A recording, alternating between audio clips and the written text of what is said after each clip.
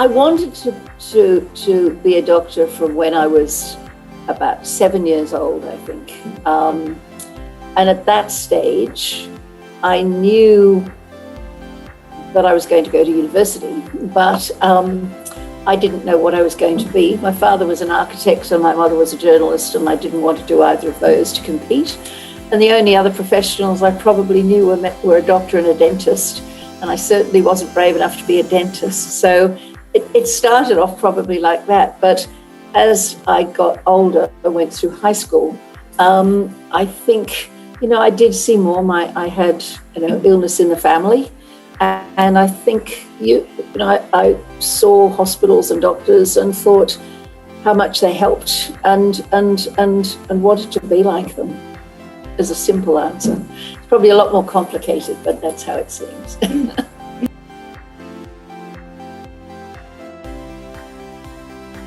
In my early parts of my career, I did do some work in the country. And saw the needs there. I worked with the Flying Doctor Service for a while, and that was an amazing experience, seeing the lack of resources that rural people had. And I worked in a series of roles in regional rural Australia. But then I actually went back into administration, through hospitals and the health system for many years. And then for some unearthly reason, the university approached me, originally University of New South Wales approached me to help set up a new curriculum that they were developing. I never knew why they asked me, but they did. And I got interested. And then a position arose which involved experience in the country and experience of academia, and it put it together, and I went from there, and then got really hooked on rural medical education.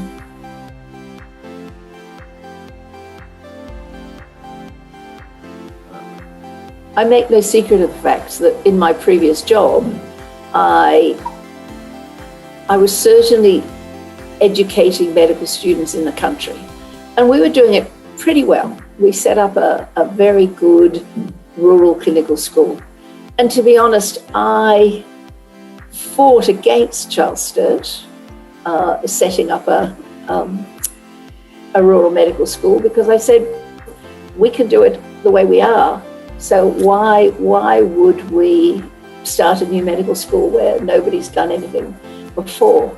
Having changed, I can now see that I was wrong, and that in fact a rural university with a rural medical school is very different from a metropolitan university with a rural clinical school. And in fact, some of the doctors in the towns where I used to be involved with my other university, they used to say that you need to be a rural university. The opportunities, we've got 100% rural students have come here.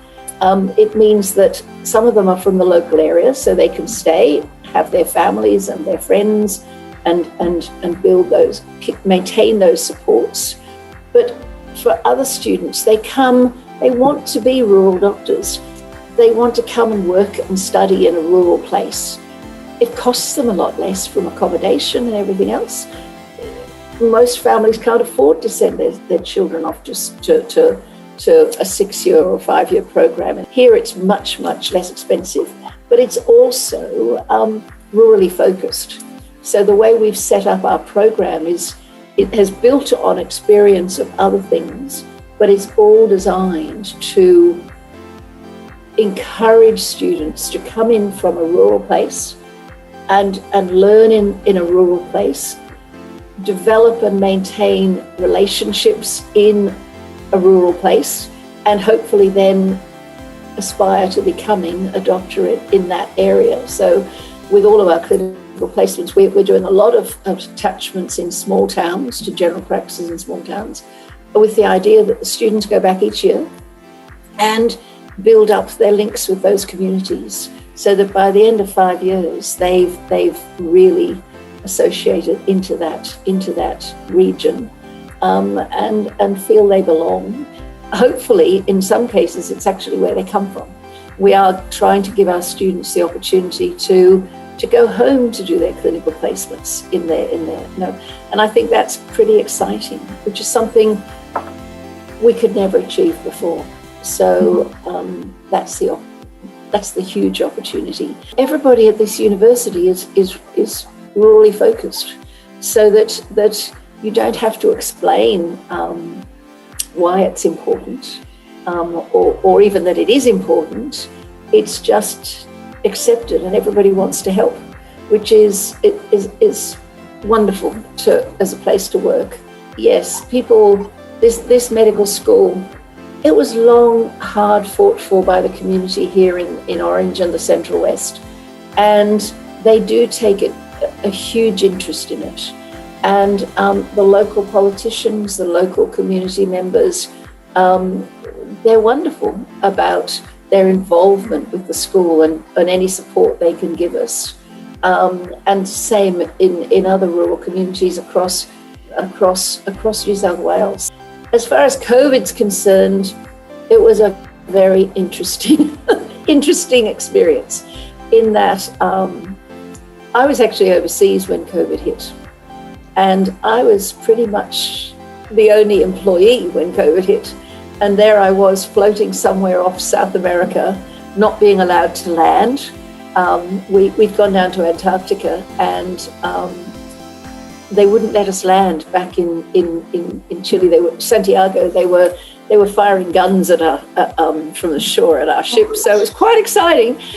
So we were very lucky. Eventually, we managed to. The Falkland Islands let us land, and we got straight off the ship and onto a plane and straight home. And we were so lucky. But then, of course, we had to work from home for a year. So I was a long way from here, and basically, we established a medical school by remote control, which was quite exciting.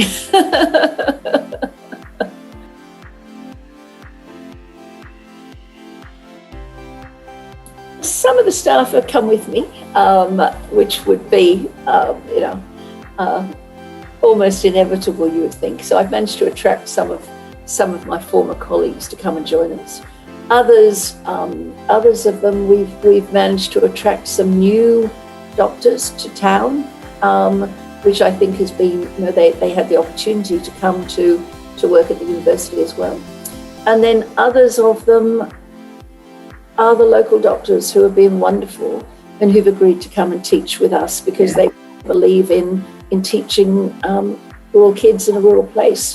And so a lot of the doctors here in Orange, and some in Bathurst, and actually coming up in communities all over New South Wales, have basically volunteered their services to come and work with us, take our students and teach them, which is a great model for medical education.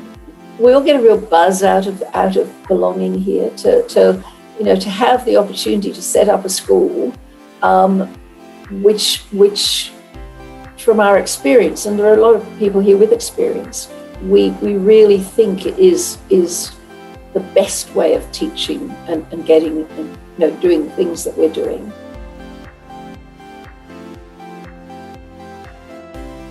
I think digital health is very important, and obviously we're in the country, so we're long distances from places.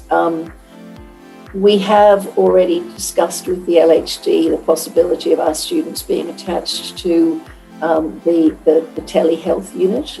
They're very happy for us to do that.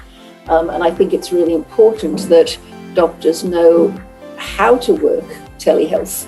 It's not as simple as sitting in front of your computer. There are, we need them to learn those things. But there's an awful lot of other digital technology that can help health, and particularly, as I say, particular problems in the rural sector. So we will be making that a research focus as well as a teaching focus.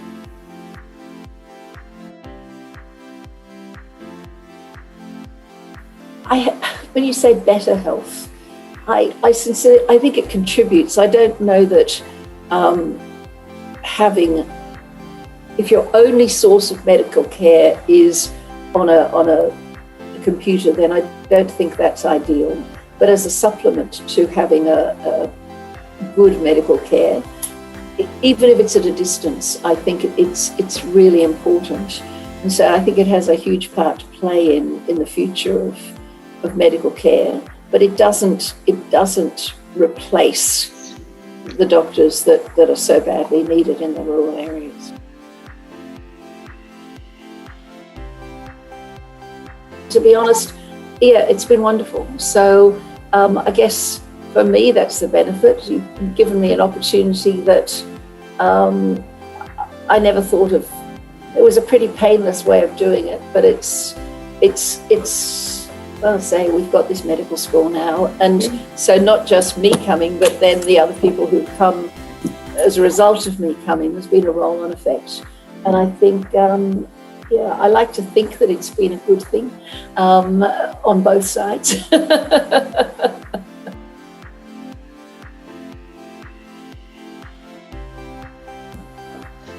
What I always say to my students, I said to them on their first day, and I repeat, and I'm sure they're bored to tears with it, but I think it applies equally to other disciplines or professions. You can't look after patients if you don't look after yourself. So you really need to not just study, work, whatever. You need to build up your personal relationships. You need to have family and friends that you can rely on, and you need to have other interests. So you need to go and play sport, join a team somewhere, do whatever appeals to you, but you need to look after your own well-being. And if you're in trouble, you need to seek help. And then on top of that, I think you don't always go looking for opportunities, but sometimes opportunities hit you in the face. And when they do, you have to be prepared to take them. And I think that's how we've built this medical school in many ways. We've taken opportunities where otherwise people might just have ignored them and gone on their merry way, including me. I think you have to be prepared to seize an opportunity and go with it and see what you can make of it.